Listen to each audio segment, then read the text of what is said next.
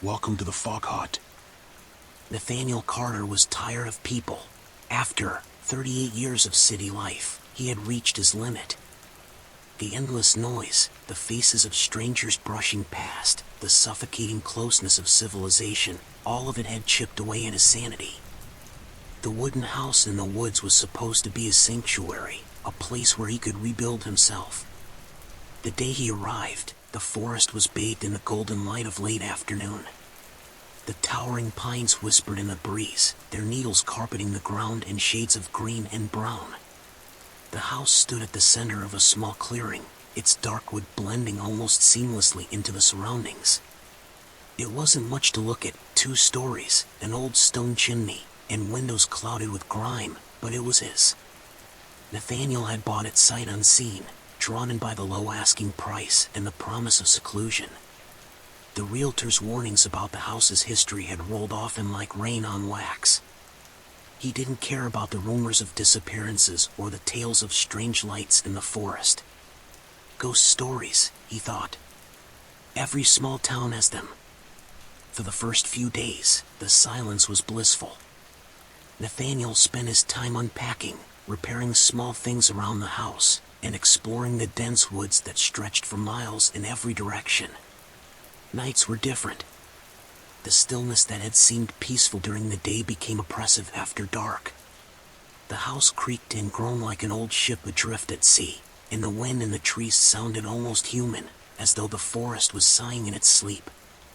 On the 5th night, Nathaniel woke to a noise that didn't belong, a sharp knocking sound. He sat up in bed, straining his ears. 3 knocks, then silence. They were coming from downstairs. Rationality wrestled with fear as he slipped out of bed. Grabbing the flashlight from his nightstand, he descended the creaking staircase. The beam of light swept over the living room, revealing only familiar shadows. The knocking came again, 3 sharp raps, this time from the front door. He hesitated, then approached the door. His hand hovered over the knob for a moment before he yanked it open, heart pounding.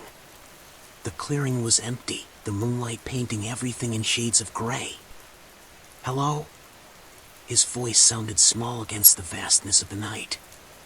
No answer came, just the rustling of leaves in the wind.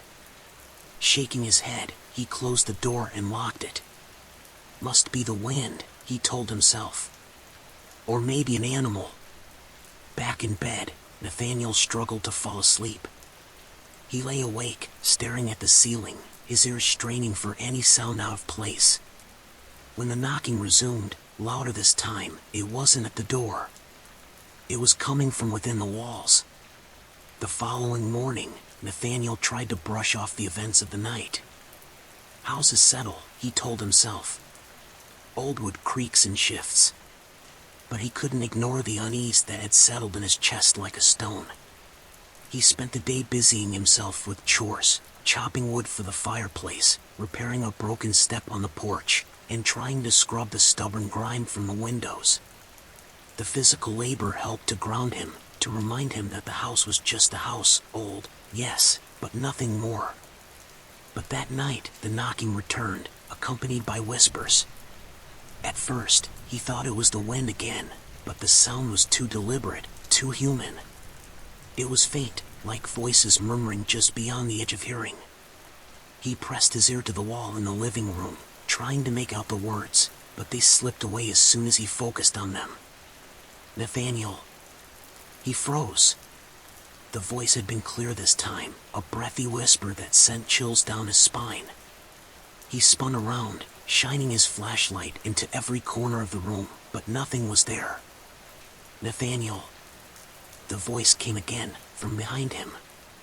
Whirling around, he found himself staring at the old grandfather clock that stood in the corner. The pendulum swung back and forth, its rhythmic ticking suddenly deafening. He approached the clock cautiously, his pulse pounding in his ears. As he reached out to touch the glass, the ticking stopped. The silence that followed was so complete it felt like the house was holding its breath. Suddenly, the pendulum swung violently, the glass shattering outward. Nathaniel stumbled back, shielding his face. When he looked again, the clock was still. The pendulum hung motionless, and the broken glass had vanished. Breathing heavily, he backed away, his mind racing. He retreated to the safety of his bedroom, locking the door behind him. For the rest of the night, he sat on the edge of his bed, clutching the flashlight like a lifeline. The next day, Nathaniel decided to investigate the house more thoroughly. If something was causing these disturbances, he needed to find it. He started with the attic, a dusty, dimly lit space filled with old trunks and forgotten belongings. In the far corner, he found a box of letters tied with a faded ribbon. The ink on the pages had long since faded, but the words he could make out were unsettling. Phrases like "the shadows are watching" and "it won't let me leave" appeared repeatedly. Beneath the box, he discovered a diary, its leather cover cracked with age. It belonged to a man named Elias Finch, who had lived in the house decades ago. The entries painted a picture of a man descending into madness. Elias wrote of hearing voices, seeing figures in the forest, and feeling an unseen presence watching him at all times. The final entry was short and chilling. "It's inside the house now. I can hear it breathing. I fear I won't survive the night." Nathaniel slammed the diary shut, his hands trembling. The words echoed his own experiences, and he couldn't dismiss them as mere paranoia. That night, he didn't bother trying to sleep. Instead, he sat in the living room with the flashlight and a heavy iron poker from the fireplace, waiting for the inevitable. When the knocking began, he was ready. One stormy night, the tranquility of Nathaniel's solitude shattered. The wind howled with a ferocity that seemed unnatural, battering the wooden house with torrents of rain. The fireplace struggled to stay lit, and the flickering flames cast distorted shadows across the walls. Nathaniel was seated in his favorite armchair, engrossed in an old novel, when a sound came, sharp, deliberate, and out of place. Tap, tap, tap. He froze, his eyes lifting from the book. It wasn't the sporadic tapping of branches against the windows or the rhythmic creaks of the old house settling. It was intentional, like someone rapping their knuckles against wood. Tap, tap, tap. The sound came from the front door. Nathaniel set the book down and rose cautiously, his heart pounding. Who would venture out to this remote corner of the woods during such a storm? With each step he took toward the door, the floorboards groaned louder, as if warning him against his approach. Reaching the door, he hesitated. His hand hovered over the doorknob. What if it was someone in need of help? But what if it wasn't? Swallowing his apprehension, he turned the knob and pulled the door open. There was nothing but darkness and rain. The forest beyond was a void, the trees swaying violently in the storm. Lightning illuminated the scene for a brief moment, revealing no one standing there. He leaned out, peering into the gloom. The wind howled louder, and he shivered, suddenly feeling exposed. Then he heard it again. Tap, tap, tap. The sound wasn't coming from outside anymore, it was behind him. Spinning around, Nathaniel's breath caught in his throat. The tapping echoed from deep within the house, moving with an eerie rhythm. Grabbing the flashlight from the nearby table, he scanned the room, its beam cutting through the dim light. The shadows seemed to shift under its glare, dancing just beyond his reach. He followed the sound cautiously, his footsteps muffled by the storm's roar. The tapping grew fainter as he approached the kitchen, and by the time he reached it, the sound had stopped altogether. The silence that followed was suffocating. Nathaniel stood there, gripping the flashlight tightly, the beam trembling slightly as his hands shook. He took a deep breath and scanned the room. Everything appeared as it should, except for the kitchen table. The book he had been reading earlier now lay open on its surface, even though he distinctly remembered leaving it in the living room. He approached it slowly, as though expecting it to move on its own. The pages fluttered slightly in the draft, and he noticed that the book was open to a chapter he hadn't yet read. The words on the page seemed darker than the others, as though freshly inked. The paragraph at the center of the page sent chills down his spine. "Beware the house that lives, for it will test you. It will see you, it will know you, and it will break you if you let it. Nathaniel slammed the book shut, his pulse racing. He hurried back to the living room and threw the book onto the fireplace. The flames sputtered for a moment but eventually caught the paper, the words blackening and curling away into smoke. Relieved, he collapsed back into his chair, trying to steady his breathing. The storm outside raged on, but the tapping didn't return that night. Sleep, however, eluded him, his mind replaying the events over and over. The whispers haunted Nathaniel long after the diary's discovery. At first, he attempted to ignore them, brushing them off as tricks of his imagination. But the oppressive atmosphere of the house made it impossible. The whispers were persistent, slipping into his consciousness during the quiet moments. They followed him into his dreams, seeping into his thoughts until he could no longer deny their presence. One night, unable to sleep, Nathaniel sat in the kitchen with a cup of coffee. The storm outside rattled the windows, the wind wailing like a mournful spirit. The fireplace in the living room cast faint orange light into the hallway, its flicker too weak to pierce the heavy darkness of the house. Tap, tap, tap. The sound returned. Nathaniel froze, the coffee mug trembling in his hand. The noise came not from the front door, but directly beneath his feet. It was deliberate, persistent, a cadence impossible to dismiss. Setting the cup down, he grabbed the flashlight he always kept nearby and crouched low to the floor. Pressing his ear to the wooden planks, he listened. The tapping was clearer now, accompanied by faint scratching, as though something, or someone, was trying to claw its way out from beneath the house. His breath quickened as he grabbed a crowbar from the utility closet. He hesitated, standing over the floorboards, his hand gripping the cold metal tightly. Every instinct told him to walk away, to leave the house and never return. But something stronger, a desperate need to understand, drove him forward. With each creak of wood and groan of effort, Nathaniel pried up the floorboards. Dust filled the air, and a pungent, earthy smell wafted upward. Beneath the planks, he uncovered a dark void, a crawlspace he hadn't known existed. The beam of his flashlight revealed dirt walls and a narrow passage leading deeper under the house. Nathaniel lowered himself into the space, his heart pounding in his chest. The air was cold and damp, the silence broken only by his shallow breaths. He followed the passage, crawling on his hands and knees, the flashlight casting eerie shadows on the dirt walls. The tunnel sloped downward, twisting and narrowing. The deeper he went, the more the whispers intensified. They were clearer now, overlapping voices calling his name in hushed tones.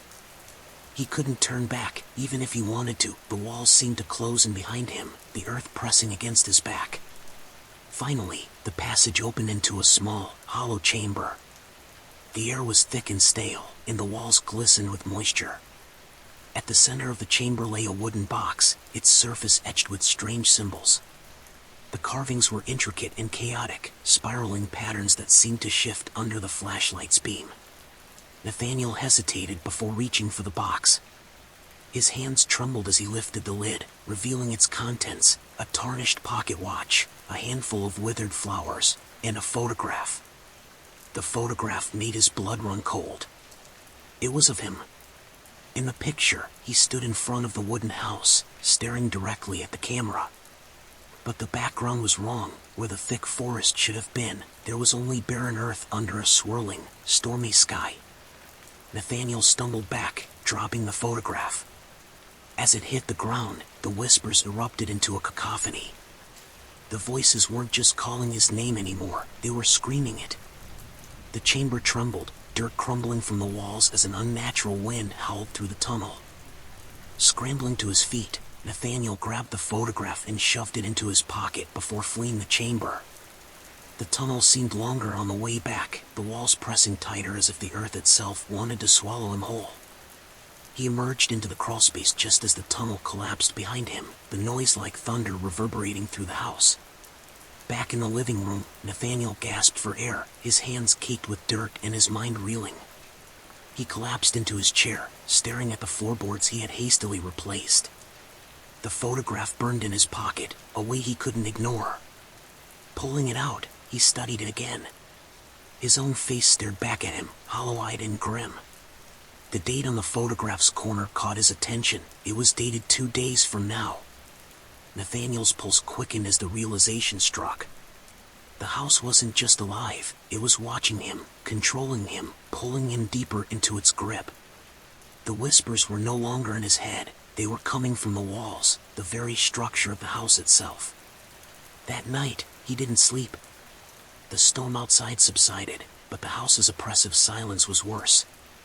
Shadows danced in the corners of his vision, and the floorboards groaned as though something beneath them stirred.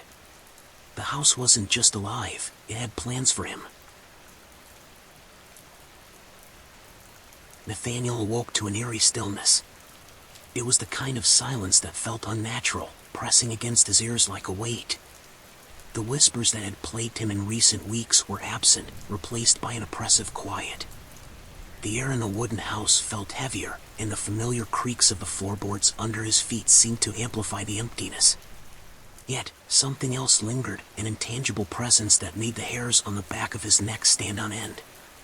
Determined to regain control over his spiraling life, Nathaniel decided to confront the house's mysteries head-on.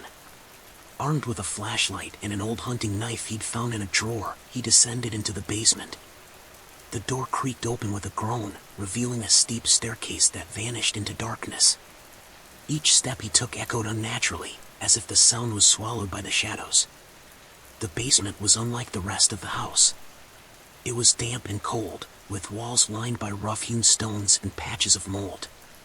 Nathaniel's flashlight beam danced across old shelves filled with rusted tools, broken jars, and other forgotten relics.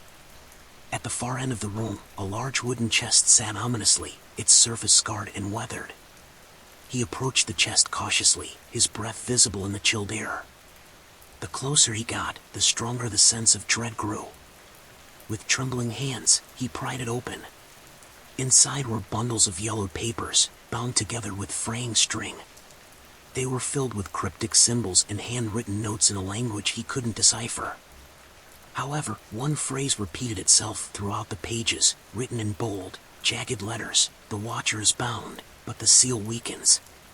As Nathaniel tried to make sense of the documents, the temperature in the room plummeted further. His flashlight flickered, casting erratic shadows that seemed to move independently of the light. Then, the whispers returned, low and guttural, echoing from the walls themselves. He spun around, knife in hand, but there was nothing there. The whispers grew louder, forming fragmented words. Leave, release, and they overlapped, creating a cacophony that made Nathaniel's head pound. He stumbled back, dropping the papers as the chest slammed shut on its own. The whispers stopped abruptly, replaced by the sound of footsteps upstairs. Panicked yet resolute, Nathaniel climbed back to the main floor, his pulse racing. The house's interior had changed. The walls seemed to warp and shift, the wood grain twisting into grotesque shapes that resembled faces. Shadows pulled unnaturally in corners, and the once cozy fireplace now emitted a faint, sickly green glow. He followed the sound of footsteps to the living room, where the air felt thick and electric. In the center of the room stood a figure cloaked in darkness. It was humanoid but indistinct, its edges blurring as if it were both there and not there. The figure's head turned toward Nathaniel, revealing hollow eyes that seemed to pull the light from the room. "You are not ready," the figure said, its voice resonating like a dozen voices speaking in unison. "But you will be." Nathaniel's instincts screamed at him to run, but his feet remained rooted. The figure raised a hand, and the room was engulfed in darkness. When the light returned, the figure was gone, and Nathaniel was alone again. The following days blurred into one another. Nathaniel became consumed by the documents he had retrieved from the basement. He spent hours poring over the strange symbols and fragmented sentences, trying to piece together their meaning. Sleep became a distant memory, as every time he closed his eyes, he saw the figure's hollow gaze and heard its chilling words. The more he read, the more he understood that the house was not just a structure, it was a vessel, a prison for something ancient and malevolent. The Watcher, as the papers referred to it, had been sealed within the house generations ago by rituals long forgotten. But the seal was weakening, and Nathaniel's presence seemed to accelerate the process. One night, as he sat by the fireplace, the whispers returned, louder and more insistent. They no longer sounded disjointed, but rather like a chant in a language he couldn't understand. The room grew colder, and the green glow from the fireplace intensified. Nathaniel felt an unseen force pulling him toward the hearth. He resisted, gripping the arms of the chair, but his body moved against his will. Before he knew it, he was on his knees before the fireplace. The flames parted, revealing a void that seemed to stretch infinitely. From the darkness emerged a hand, pale, clawed, and impossibly large. It reached toward him, stopping mere inches from his face. Then, the figure's voice echoed in his mind. "The choice is yours," it said. "Release me, or be consumed." Nathaniel screamed, breaking free from the unseen force and stumbling backward. The fireplace returned to normal, its green glow fading. But the whispers persisted, now accompanied by faint laughter that echoed through the house. Nathaniel knew he was running out of time. The house demanded a choice, and whatever decision he made would have consequences far beyond his understanding. Nathaniel's mind raced as the laughter echoed through the wooden house. He staggered to his feet, gripping the edge of the fireplace for support. The faint embers provided no warmth, and the oppressive cold gnawed at him like a living thing. He felt the weight of the choice the house demanded, pressing on him like a lead shroud. Nathaniel retreated to the study, where the papers from the chest were spread haphazardly across the desk. The jagged writing and cryptic symbols seemed to writhe under the dim light of the lamp, as if alive. His eyes locked onto the repeated phrase, "The Watcher is bound, but the seal weakens." It was a declaration, a warning, and a promise all at once. He knew he couldn't ignore it any longer. The house, and whatever resided within it, was unraveling. And so was he. Nathaniel pored over the documents, piecing together fragments of their meaning. Through his frantic research, he discerned that the Watcher was an ancient entity, older than human memory, bound to the house by an arcane ritual. The seal that held it captive was maintained through bloodlines, generations of guardians who had sacrificed their lives and sanity to ensure the world remained safe from its influence. But the seal was not eternal. It required renewal, a process that came at a steep cost. The last ritual, it seemed, had been incomplete. Nathaniel realized he was the unknowing inheritor of this burden. His arrival at the house was no coincidence. He had been summoned, drawn here like a moth to a flame. As the night deepened, the whispers grew louder, forming distinct words in a language he didn't recognize. They burrowed into his mind, pulling at his thoughts and planting seeds of doubt. Was he strong enough to face what lay ahead? Did he even have a choice? Sleep was impossible, so Nathaniel decided to explore the house once more. He was drawn back to the basement, where the chest had been.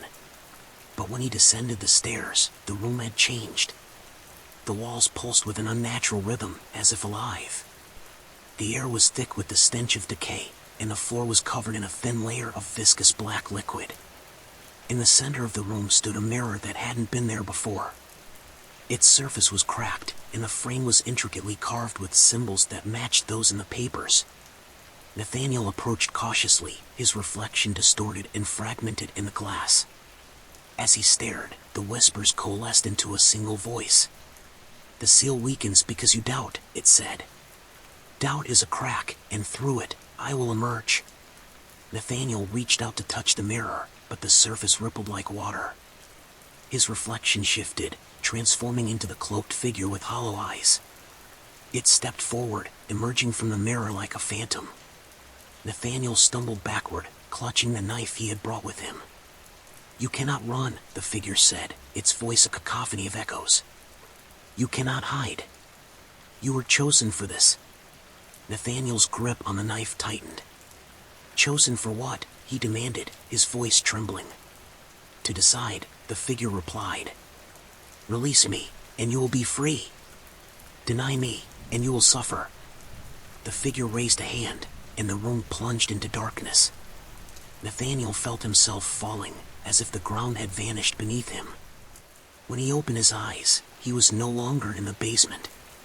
He stood in a vast, desolate landscape under a blood-red sky. The ground was cracked and barren, stretching endlessly in all directions. Before him stood a towering structure, a monolith of black stone etched with the same symbols he had seen in the papers. At its base was a door, and beside it, a figure knelt in chains. It was a woman, her face gaunt and her eyes hollow, but there was a spark of recognition in her gaze. "Help me," she whispered, her voice barely audible. "You must seal it again." Nathaniel approached cautiously, his instincts warring with his desire to understand. "Who are you?" he asked. "I was the last guardian," she replied. "I failed, and now the burden falls to you." The ground trembled, and Nathaniel turned to see the monolith cracking, black smoke seeping from the fissures. A low, guttural growl emanated from within, reverberating through the air. The Watcher was awakening. "What do I have to do?" Nathaniel asked, desperation creeping into his voice. The woman gestured to a knife lying at her feet, its blade inscribed with glowing runes. "You must make a sacrifice," she said. "Your blood will strengthen the seal, but it will cost you." Nathaniel hesitated, the weight of the decision crushing him. He glanced at the monolith, which was now shaking violently, and then back at the woman. The whispers returned, louder than ever, filling his mind with promises of power, freedom, and release. "Choose," the voice of the Watcher echoed. "Release me, and your torment ends." Nathaniel clenched his fists, his mind racing. Was the woman telling the truth, or was this another manipulation?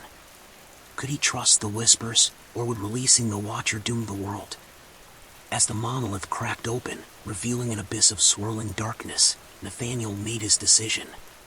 He picked up the knife, its weight heavy in his hand. The runes pulsed with an otherworldly light, and he felt a surge of energy course through him. The Watcher's laughter filled the air, a sound that chilled Nathaniel to his core. "Fool," it said. "You think you can contain me?" Nathaniel stepped forward, his heart pounding. The woman watched silently, her expression unreadable. With a deep breath, he plunged the knife into his palm, letting his blood spill onto the ground. The effect was immediate. The monolith shuddered and groaned as the fissures began to close. The darkness receded, and the whispers faded into silence. Nathaniel fell to his knees, his strength drained. The woman reached out, placing a hand on his shoulder. "You've bought us time," she said. "But the seal will not hold forever." Nathaniel nodded, his vision fading as exhaustion overtook him. The last thing he heard was the woman's voice, soft and distant. "Rest now. Your battle is far from over." Nathaniel awoke on the floor of the wooden house, his body weak and trembling. The air felt different, lighter somehow, but not entirely free of the oppressive weight that had haunted him since his arrival. The fireplace crackled softly, emitting a faint, warm glow. His left palm throbbed, and when he looked down, he saw the deep cut he had made, its edges red and angry, though no longer bleeding. The knife with the glowing runes lay beside him, dull and lifeless now, its power spent. His mind reeled as fragments of the previous night came rushing back, the monolith, the woman in chains, the Watcher's laughter. Had he truly sealed the entity, or was this just another layer of the house's relentless torment? He pushed himself to his feet, groaning as his muscles protested. The whispers were gone, but in their place lingered a heavy silence that seemed to hold its breath. Nathaniel staggered to the kitchen and splashed water on his face from the rusted sink. His reflection in the cracked mirror above the basin startled him. Dark circles hung beneath his bloodshot eyes, and his face was pale and gaunt. He hardly recognized himself. The house had taken its toll, but he wasn't sure he could leave, not yet. As he sipped a glass of water, the sound of something scraping against wood echoed from upstairs. His pulse quickened. He set the glass down and grabbed the hunting knife from the counter before cautiously ascending the staircase. The upstairs hallway was dim, the only light coming from the pale morning sun that struggled to filter through the dust-covered windows.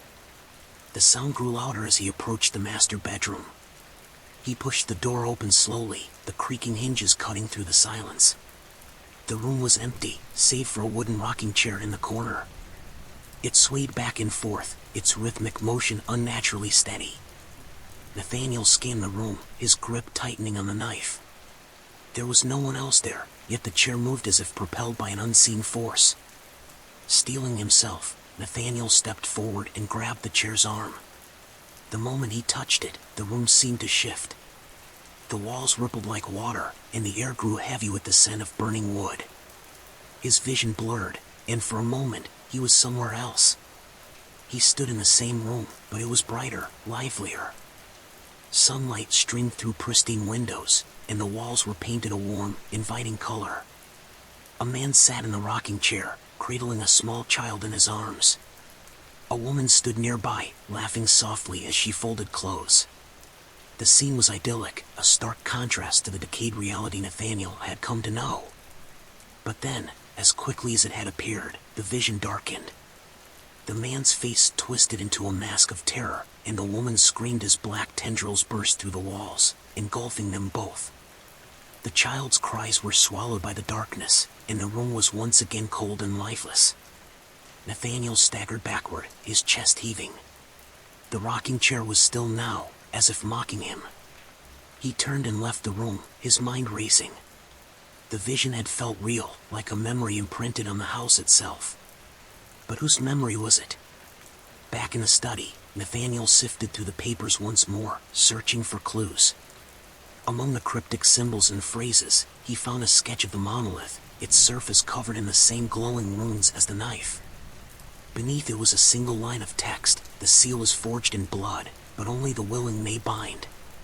He frowned, his thoughts spiraling. Had his act truly been willing? Or had he been manipulated, just another pawn in the house's twisted game? The woman's words echoed in his mind. You've bought us time, but the seal will not hold forever. Time. How much of it had he gained? Days? Years? Generations? The papers offered no answers, only more questions. And then, at the bottom of the pile, he found a map. It depicted the surrounding woods, with the house marked at its center. Several other locations were circled, each accompanied by notes in the same jagged handwriting. One in particular caught his attention, the Chapel of Ashes, final refuge. Nathaniel traced the path on the map with his finger, committing it to memory. If the house held no more answers, perhaps this chapel would. He packed a small bag with essentials, a flashlight, the hunting knife, a few scraps of food, and set out into the woods. The forest was eerily quiet as Nathaniel trudged through the underbrush, following the map's crude directions. The trees loomed overhead, their gnarled branches forming a canopy that blocked out much of the daylight. He felt as though he were being watched, but every time he glanced over his shoulder, there was nothing but shadows. Hours passed, and the terrain grew more treacherous. The ground was uneven, littered with roots and stones that threatened to trip him with every step. The air grew colder, and a thick fog began to roll in, obscuring his path. Still, he pressed on, driven by a desperate need for answers. Finally, as dusk began to settle, he saw it, a crumbling stone structure nestled in a clearing. The Chapel of Ashes. Its walls were blackened, as if scorched by fire, and the roof had partially collapsed. Nathaniel approached cautiously, the hairs on the back of his neck standing on end. Inside, the chapel was dark and foreboding. Rows of broken pews lined the room, and the air was thick with the scent of soot and decay. At the far end stood an altar, its surface etched with the same symbols Nathaniel had seen on the monolith and the knife. As he stepped closer, the whispers returned, faint at first but growing louder with each step. They seemed to emanate from the altar itself, drawing him in. He placed a hand on the cold stone, and the whispers coalesced into a single voice. You have come, it said, deep and resonant. The watcher stirs, but the seal holds, for now. Nathaniel's heart pounded. What do I do? He asked aloud, his voice echoing in the empty chapel. Prepare, the voice replied. The cycle is unbroken, but the cost will rise. You are not the first, and you will not be the last. The altar began to glow faintly, and Nathaniel stepped back as a hidden compartment slid open. Inside was another knife, identical to the one he had used, and a small, leather-bound book. He took them both, feeling the weight of their significance. As he left the chapel and began the long journey back to the house, Nathaniel couldn't shake the feeling that he was being followed. The forest seemed darker now, the shadows deeper. The watcher may have been bound, but something else had been awakened. Nathaniel stood before the wooden house, its warped silhouette looming under the pale light of a gibbous moon. His hands trembled as he clutched the leather-bound book and the rune-etched knife he had retrieved from the Chapel of Ashes. The whispers were no longer confined to the walls of the house. They followed him now, swirling around his mind in a relentless cacophony. He knew this would be the end, one way or another. Steeling his resolve, he crossed the threshold, the floorboards groaning beneath his weight as though the house itself were protesting his return. The air was thick with an oppressive energy, and every shadow seemed alive, writhing with anticipation. Nathaniel could feel the house watching him, its unseen eyes tracking his every move. The fireplace glowed faintly, the sickly green flames casting eerie shapes on the walls. He placed the book on the table in the center of the room and flipped it open to the marked page. The ritual was both horrifyingly detailed and cryptic, requiring precision and absolute focus. The text warned of the Watcher's power and its ability to manipulate the mind, urging whoever undertook the ritual to remember one thing above all: do not listen to its lies. Nathaniel retrieved the second knife, its blade identical to the one he carried, both etched with intricate runes that seemed to pulse faintly in his grip. He stared at them for a moment, feeling the weight of the task ahead. The book made it clear, these knives were the key to sealing the Watcher. One to sever its connection to this plane, and the other to bind it back into its prison. The process would require blood, willpower, and above all, a sacrifice. As he descended into the basement, the temperature dropped sharply. The air grew heavy, making it difficult to breathe. The monolith stood in the center of the room, its surface glistening as though it were alive. The symbols etched into its surface had grown brighter, their crimson light bathing the room in an unsettling glow. Nathaniel arranged the knives on the ground as instructed, placing them at precise angles around the monolith. With shaking hands, he drew a circle around it using the chalk provided in the book, marking it with runes that mirrored those on the blades. He then opened a small vial of oil from the chapel, pouring it over the symbols. The liquid shimmered unnaturally, soaking into the stone as though it were drinking it. The whispers grew louder, forming discernible words. They taunted him, questioning his strength and resolve. "You will fail," they hissed. "You cannot contain me. You are weak, just as they were before you." Nathaniel clenched his fists, forcing the voices to the back of his mind. He pressed the tip of one knife to his palm, drawing blood. The crimson droplets fell onto the runes, causing them to glow brighter. A deep rumble echoed through the basement, and the monolith began to vibrate. The Watcher's form began to manifest. Shadows coalesced into a towering, amorphous figure, its body an undulating mass of darkness studded with hollow, glowing eyes. A wave of despair washed over Nathaniel, threatening to break his resolve. The Watcher's voice was everywhere, inside his head, reverberating through the walls, and vibrating in the very air around him. "Release me," it said, its tone both commanding and alluring. "I can give you freedom. I can undo your pain, your failures. You need only let me go." Nathaniel's hands shook as he picked up the first knife. He hesitated, the weight of the Watcher's promises pressing against him. It spoke to his deepest fears and regrets, offering salvation in exchange for surrender. "No," he whispered, his voice trembling but resolute. "You've taken enough." The Watcher's demeanor shifted. Its hollow eyes narrowed, and the whispers turned to screams. The shadows lashed out, striking the walls and floor, but the circle held firm. Nathaniel raised the knife and plunged it into the monolith. The runes flared brilliantly, and a deafening roar erupted from the Watcher. The shadows recoiled, writhing in agony. Nathaniel grabbed the second knife and moved to complete the ritual. The monolith's surface began to crack, spilling forth an otherworldly light that illuminated the basement. The Watcher's voice grew desperate, its tone no longer commanding but pleading. "Wait," it cried. "You don't understand. Binding me will only delay the inevitable. This house will call another, and another, until someone releases me. You can end it now. Nathaniel faltered for a moment. The thought of another soul being drawn into this nightmare twisted his stomach. But the alternative, a world consumed by the Watcher's malevolence, was unthinkable. With a final, defiant scream, he drove the second knife into the monolith. The light intensified, engulfing the room in a blinding radiance. Nathaniel felt an immense force pulling at him, as if trying to drag him into the monolith along with the Watcher. His body trembled, his vision blurred, and for a moment, he thought he would lose himself entirely. But then it was over. The light dimmed, the monolith fell silent, and the Watcher was gone. Nathaniel collapsed to the floor, gasping for breath. The basement was still, the oppressive energy lifted. He felt a strange calm, though he knew the price of his victory. The book had warned that sealing the Watcher required a connection. A part of the binder's soul would remain with the entity, tethering it to its prison.